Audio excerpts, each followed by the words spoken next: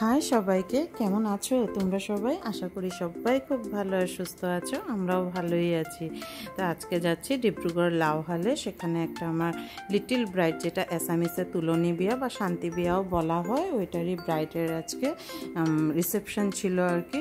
তো সেখানেই যাচ্ছিলাম, মেকআপের বুকিং ছিল। আর প্রথমে আমি ডিব্রুগড়ে একটা মেকআপ করেছি।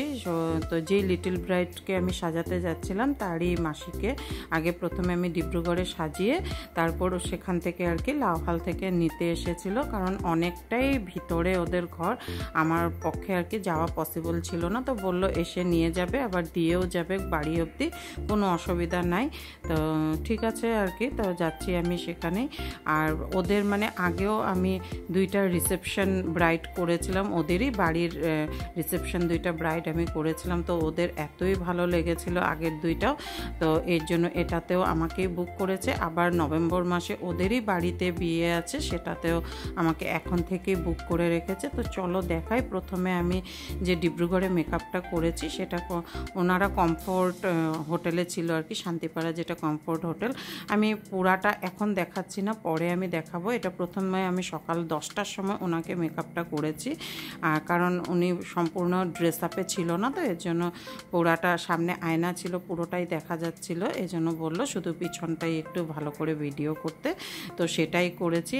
আর পরেও না আমি ভিডিও করতে একদম মনে ছিল না, কারণ সেই দিন এতটাই গরম ছিল। আর আমি লাস্ট একদম 5:30টার সময় ওনার ভিডিও, ছোট্ট একটা ভিডিও করেছিলাম, সেটা তোমাদের সাথে আমি শেয়ার করব। তো এই যে দেখো, ব্রাইডের বাড়িতে আমরা এসে পৌঁছে গেছি। আর অনেকটাই ভিতরে, একদম গ্রাম বলতে পারো একদম। আমি শর্টসে সেটা তোমাদেরকে দেখিয়ে দিব। একদম ভিতরে অনেকটাই লাউহালে। তো এখানে এসেছি, তো অনেকটা লেট হয়ে গেছে, ওরা নিতে এসেছে যে অনেকটাই লেটে, প্রায় তখন 1:30 বাজে।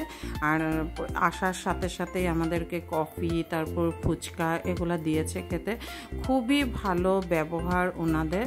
আর এই যে দেখো, এটা ছিল পাটের মেখলাটা, খুব সুন্দর। আর যে লিটিল ব্রাইড ছিল আর কি, ও দেখতে খুব সুন্দর, কিন্তু রংটা একটু চাপা ছিল যদিও, কিন্তু দেখতে খুব সুন্দর। আর সেই দিন এতটাই গরম ছিল, আর ওদের মানে কি উপরটা টিনের ছিল, তো সাংঘাতিক গরম রুমটা ছিল। আর ওর ভীষণ সোয়েটিং হচ্ছিল। শুধু ওর কেন, মানে আমরাও পারছিলাম না গরমে সেখানে থাকতে। 2টা ফ্যান দিয়েছে, কিন্তু কোনো রকম কিছুই হচ্ছিল না, ফ্যানে কোনো কাভারই হচ্ছিল না, কারণ রুমটা এতটাই গরম, মানে ওখানে থাকাই মানে যাচ্ছিল না। এত আমাদের চেহারাপাতি দেখেই বুঝতে পারছি খুব কষ্টে ওর মেকআপটা করেছি, কারণ ওর প্রচণ্ড সোয়েটিং হচ্ছিল, আর স্কিনটাও অনেক ড্রাই ছিল। আর কোনো মতেই মানে লিপসের উপরে মেকআপ বসানো যাচ্ছিল না, বারে বারে মুছে মুছে করা হচ্ছিল।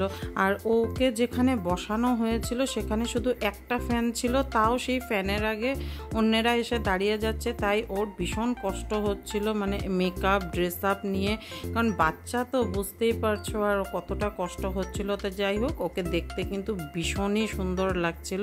আর মেকআপটা আমি 1 ঘন্টা 15 মিনিটে করেছি। আর ওরা কিছুতেই না খেয়ে ওখান থেকে আসতে দেবে না, তো খাওয়া দাওয়াও করেছি ওখানে। আর মেকআপটা মানে খুব কম সময়ে করেছি, কারণ ও গাঁয়ের মানুষ তো, সমস্ত এসে খালি বারবার মানে ঢুকে যাচ্ছিল রুমে বা ওকে ডাকছিল। আমাদের ভীষণ মানে কষ্ট হয়েছে সেখানে।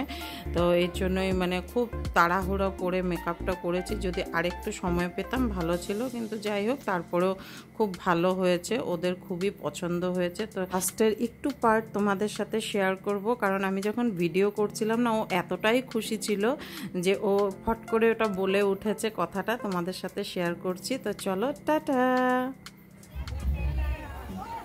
সত্যি সুন্দর